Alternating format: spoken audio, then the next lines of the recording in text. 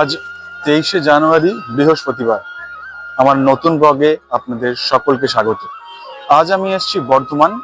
এই বর্ধমান এবং বর্ধমানের আশেপাশের সমস্ত জায়গা আপনাদের ঘুরে দেখাবো বলে।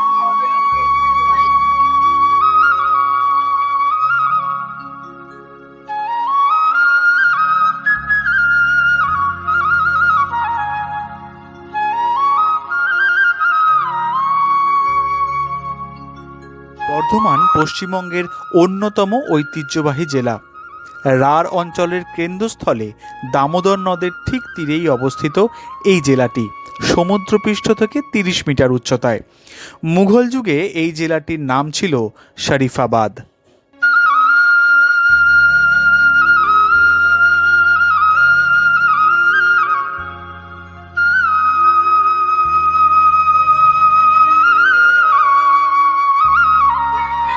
বর্ধমানের বিজয়চাঁদ রোড আর জিটি রোডের ঠিক পাশেই অবস্থিত এই কার্জন গেট।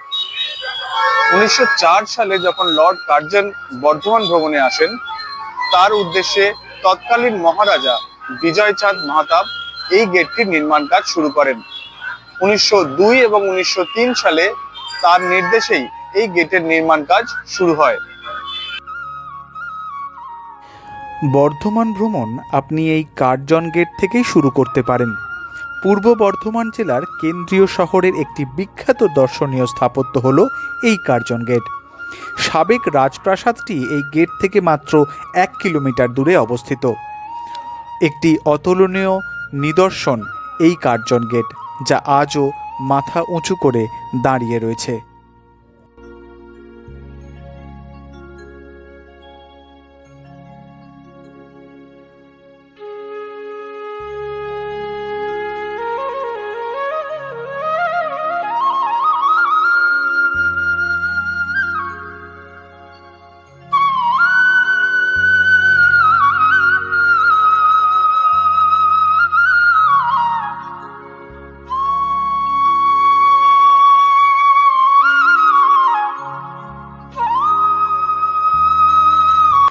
দিন আমরা কার্জন গেট থেকে গিয়েছিলাম বর্ধমানের অতি প্রাচীন শিব মন্দির মোটা শিবতলাতে।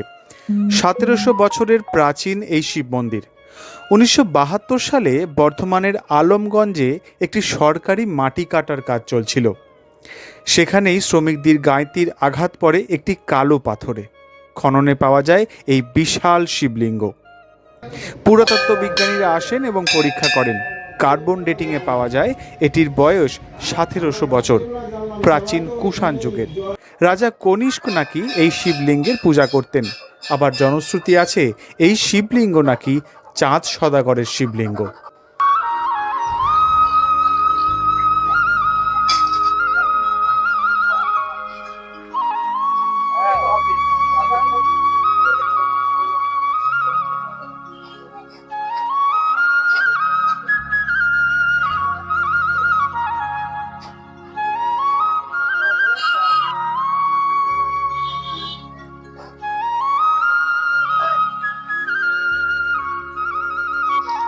আমরা যেখানে দাঁড়িয়ে আছি সেটা বর্ধমানের মোটা শিবতলা, আর ঠিক এইখান থেকে 1972 সালে এই শিবলিঙ্গের আবির্ভাব ঘটে।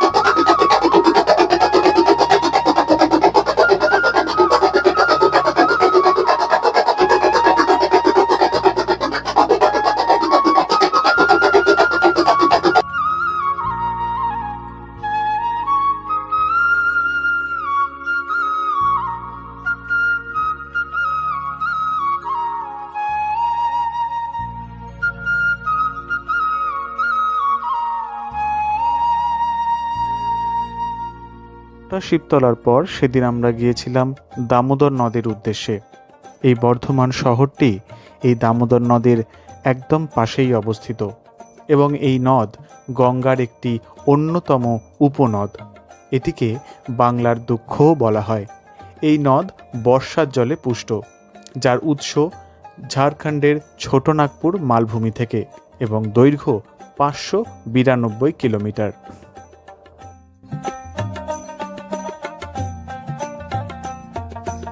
খুব সুন্দর লাগছে এই দামোদরের পাশে এসে দাঁড়াতে, ভীষণ ভালো লাগছে। তার মধ্যে এরকম একটা বালিময় বীচ বলতে পারেন। দামোদরের কিছু অংশে যেমন শুকনো আছে, তেমন কিছু অংশে এখনো জল আছে। যদিও দামোদর বর্ষার জলে পুষ্ট, তাও এই শীতকালে বেশ কিছুটা অংশ শুকনো। এই অংশে যেখানে এখন দাঁড়িয়ে আছি, এখানে বেশ কিছুটা জল আছে, যদিও কিছু অংশ চড়া পড়েছে।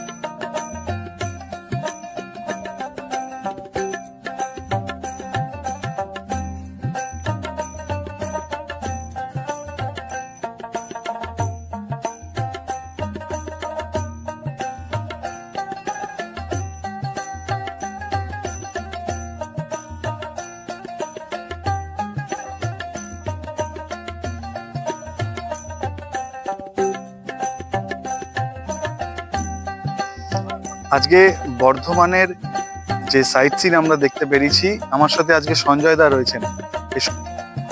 সঞ্জয় দা, কেমন লাগছে? আজকে কিন্তু সারা যেখানেই যাচ্ছি, দামোদরে এসেছি, পুরো কুয়াশায় ভর্তি। সারাদিন কুয়াশা ছিল। আজকে ট্রেনও লেট করেছে। যে ট্রেনে এসেছি সেই ট্রেন বহু জায়গায় দাঁড়িয়েছে শুধু কুয়াশার জন্য। সমস্ত জায়গায়, যতগুলো জায়গায় গেছি, দামোদরেও এসেছি, দামোদরের কিছুটা অংশ দেখা যাচ্ছে, তারপর পুরোটা কুয়াশা। দামোদরের এই যে নদীর পার, প্রচুর বালি পাবেন সেখানে। আরাম করে হাঁটতে পারবেন, খালি পায়ে হাঁটতে পারেন, বেশ মজা লাগবে।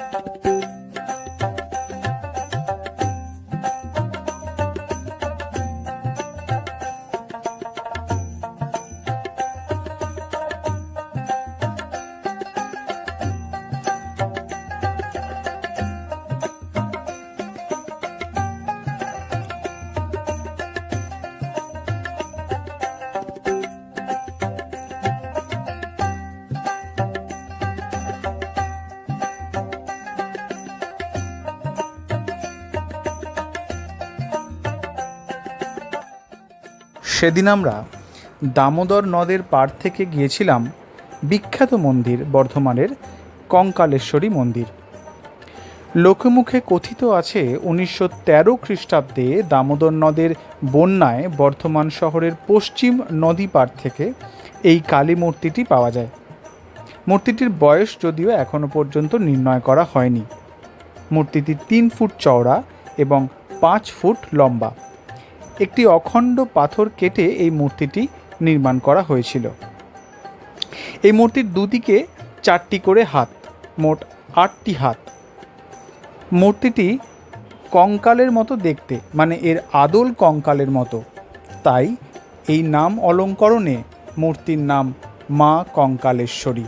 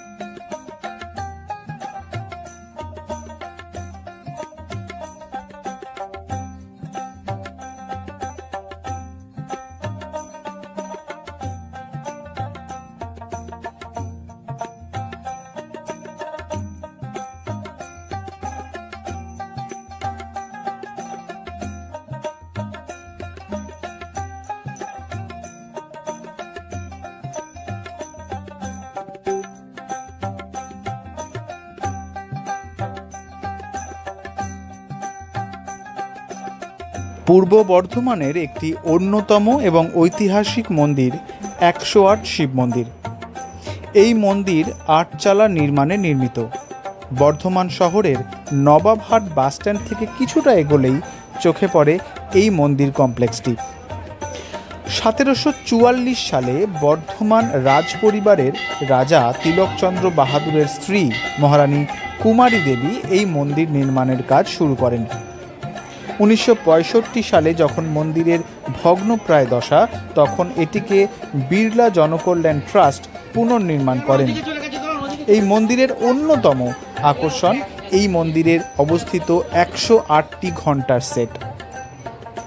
ভক্ত নিবাস ছাড়াও এখানে রয়েছে বড় পার্কিং লট এবং প্রসাদের সুব্যবস্থা। জায়গাটা কিন্তু খুবই ভালো, বলুন, বেশ শান্ত।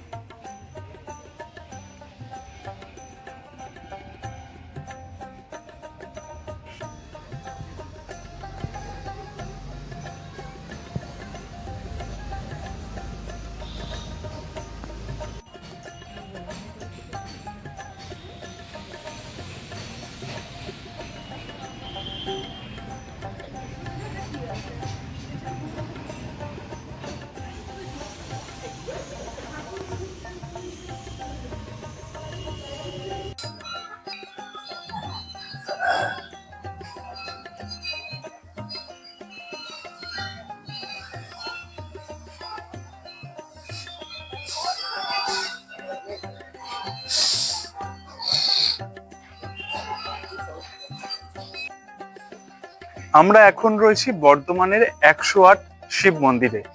এখানে শিবলিঙ্গের 108টি মূর্তি রয়েছে। কথায় বলে যে 108 রুদ্রাক্ষের মালা তৈরি হয়েছিল। এই প্রতিটি রুদ্রাক্ষের জন্য একটি করে শিব মন্দির, তাই 108টি রুদ্রাক্ষের জন্য 108টি শিব মন্দির প্রতিষ্ঠা হয়েছিল।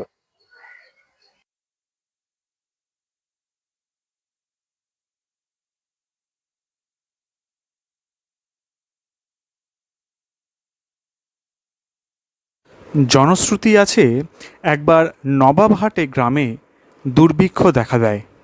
তখন তৎকালীন রাজা তিলক চাঁদের বিধবা পত্নী বিষণ্ণ কুমারী, যিনি ছিলেন মহাদেবের ভক্ত, তিনি মহাদেবের আরাধনা শুরু করেন এবং জনশ্রুতি অনুযায়ী সেই মহামারী থেকে নবাবহাট গ্রাম রক্ষা পায়।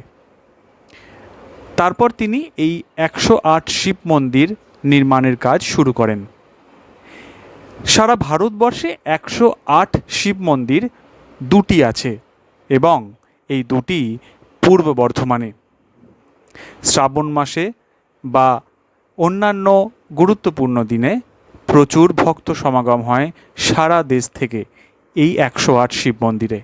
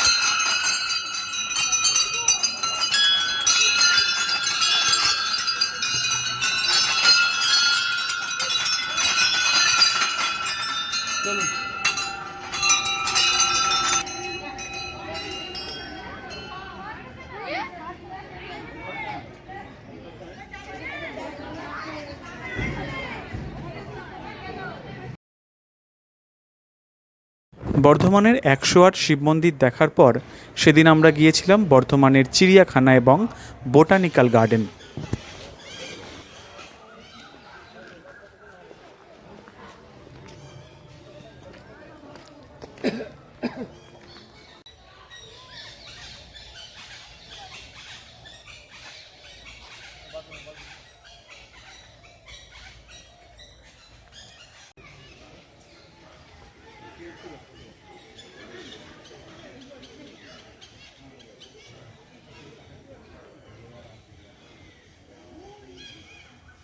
বর্ধমানে যে এইরকম একটি জুওলজিক্যাল পার্ক আছে সেটা চোখে না দেখলে বিশ্বাস করতে পারবেন না।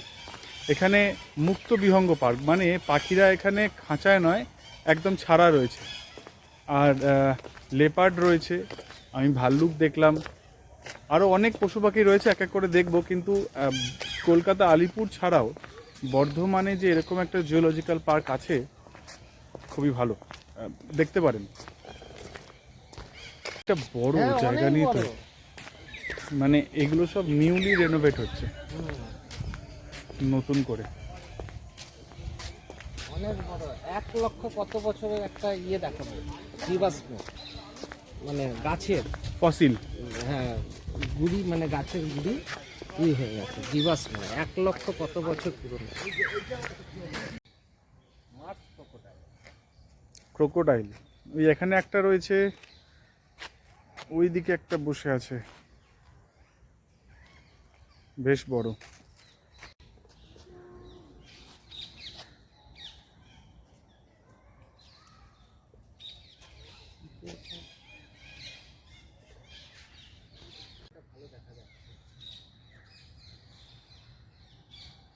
এটি একটা স্পটেড ডিয়ার, অসাধারণ। পেছনে আরো অনেকগুলো দেখা যাচ্ছে, একটা গ্রুপ রয়েছে পুরো।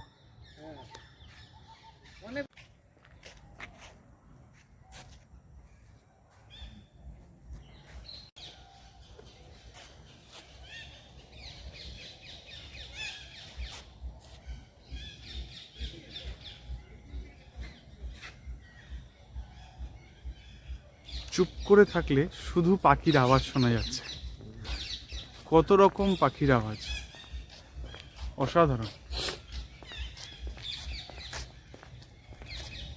রোহিতক গাছ,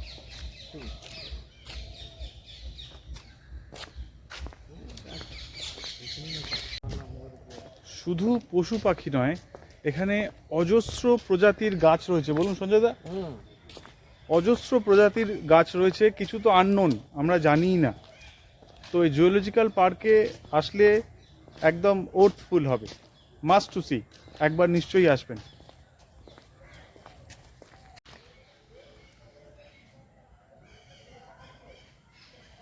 সিলভার ফিজেন্ট,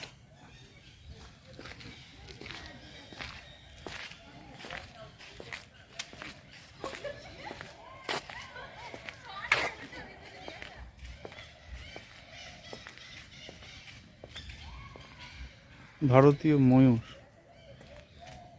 দেখুন।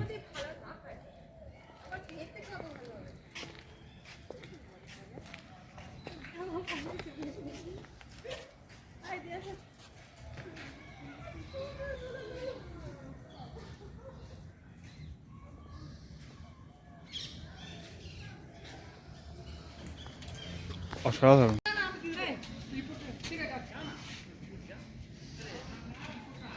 এদিকে একটা আছে, আর এটা একদম কাছে।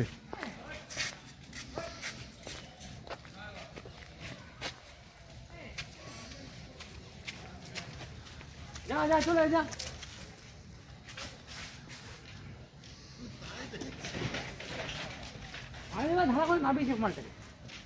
কি দেখছিস?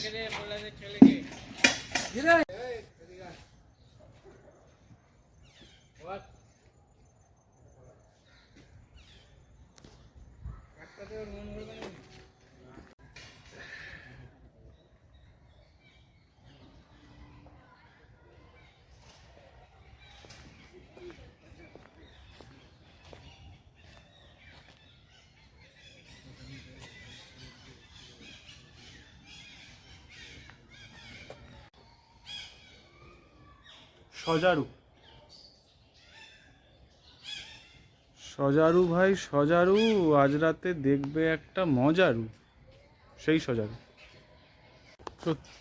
সত্যি বলতে কি, এই জিওলজিক্যাল পার্কটা অনেক বেশি ন্যাচারাল মনে হচ্ছে আমার। এত গাছপালা, লিটারেলি আপনার মনে হয় আপনি মনে হয় জঙ্গলের মাঝখানে রয়েছেন।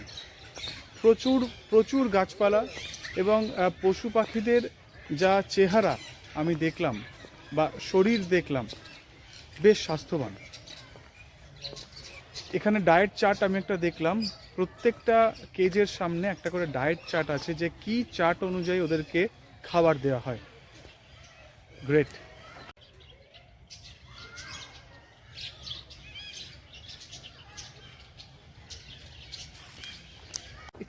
এই জন্যই তো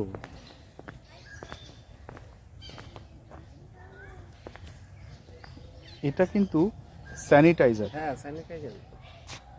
যেটা দেখছেন এটা একটা স্যানিটাইজার। এই স্যানিটাইজার দেওয়ার কারণ, যখন বাইরের কেউ এখানে প্রবেশ করবে তখন সে তার বাইরের জুতো এই স্যানিটাইজারে চুবিয়ে নিয়ে যাবে, যাতে আপনার পায়ের সাথে কোনো রকম ব্যাকটেরিয়া বা জার্ম যাতে পশু পাখিদের মধ্যে না ছড়িয়ে পড়ে। আবার একটা খুব ভালো ট্রেন্ড সেটিংস।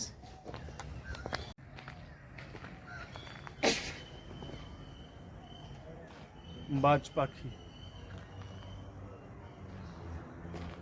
একটা বড় কুমির আছে।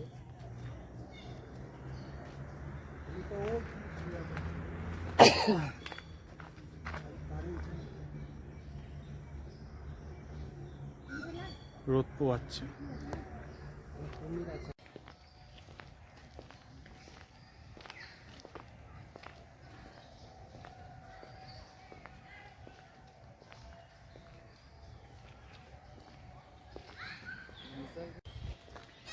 যতটা এই জিওলজিক্যাল পার্কের কর্তৃপক্ষরা পেরেছেন, একটা ন্যাচারাল হ্যাবিট্যাটসের ব্যবস্থা করেছেন, যেটা সত্যি দ্রষ্টনীয় এবং মাস্ট টু সি। একবার নিশ্চয়ই আসবেন, একটা অন্যরকম অনুভূতি। মানে পুরো জিওলজিক্যাল পার্কটা মনে হবে একটা জঙ্গলের মধ্যে, নাকি ইটকাট পাথরে মোড়া পাঁচিল দিয়ে ঘেরা। খুব ভালো লেগেছে, ভীষণ ভালো। বলে দিই, এই জিওলজিক্যাল পার্কের টিকিট মূল্য 5 বছর পর্যন্ত 10 টাকা এবং 5 বছরের ঊর্ধ্বে 25 টাকা। এই পার্কটি খোলা থাকে সকাল 9টা থেকে বিকেল 5টা অবধি। অনলাইন বুকিংয়ের লিংক আমি আমার ডেসক্রিপশন বক্সে দিয়ে দিচ্ছি, ওখান থেকেও আপনারা টিকিট সংগ্রহ করতে পারেন।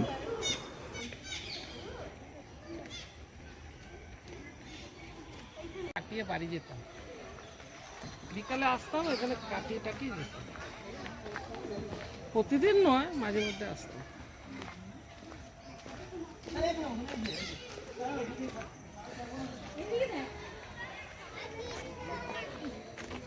জিওলজিক্যাল পার্ক থেকে বেরিয়ে ঠিক পাশেই দেখা মিলল মেঘনাদ সাহা প্ল্যানেটোরিয়ামের, কিন্তু রক্ষণাবেক্ষণের অভাব মিলল সেখানে। প্ল্যানেটোরিয়ামটি খোলা না থাকলেও আপনারা এখানকার অফিসে যোগাযোগ করে পিকনিকের জন্য স্পট বুকিং করতে পারেন।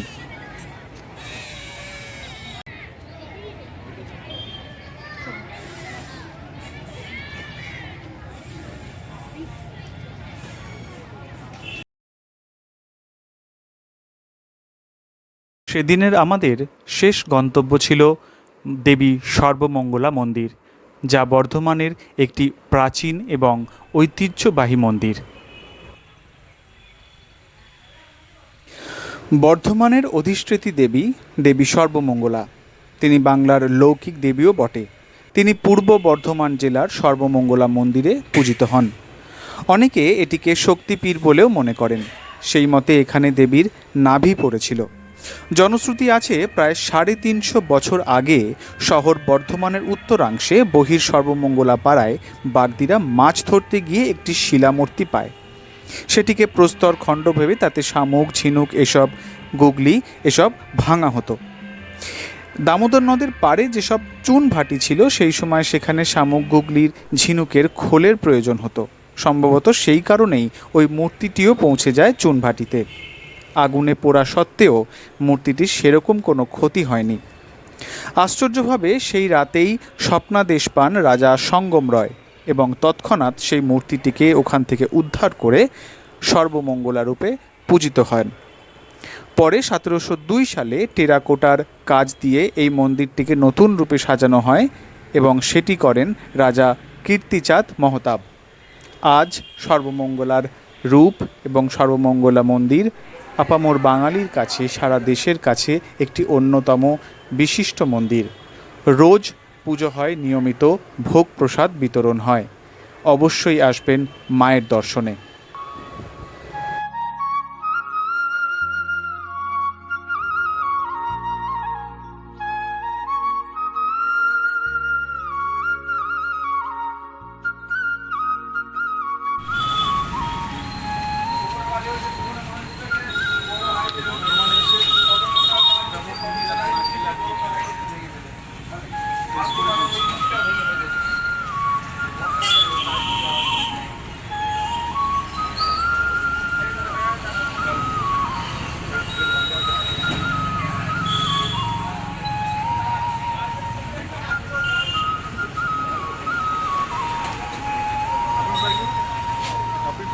না আমি খাবো না, মিষ্টি খান না? অফ করে দেবো।